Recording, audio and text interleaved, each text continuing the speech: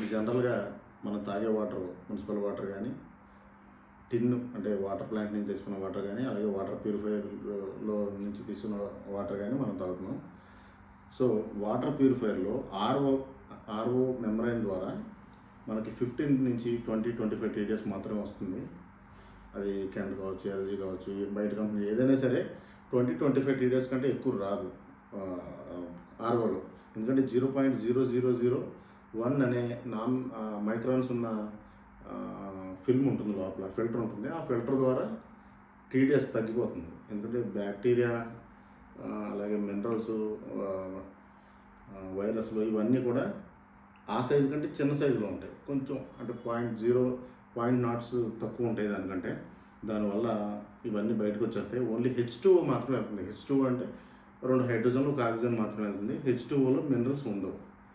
Minerals ఆ H2Oలోకి ఎలా వస్తాయంటే వర్షం ద్వారా కురిసిన నేల మీద కురిసిన వాటర్లో అది ఇసుకకి, రాళ్ళకి, కొండల్లో అలాగే మట్టిలో కలిసినప్పుడు ఆ వాటిలో ఉన్న మినరల్స్ అన్నీ ఈ H2Oలోకి వస్తాయి.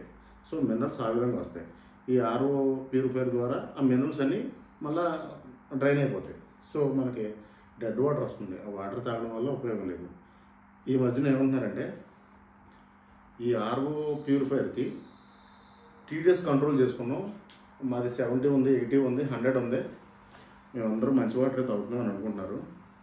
కానీ వాస్తవం ఏంటంటే దీన్ని TDS కంట్రోల్ అంటారు. ఇలాంటి ఒక చిన్న కంట్రోలర్ వేస్తారు.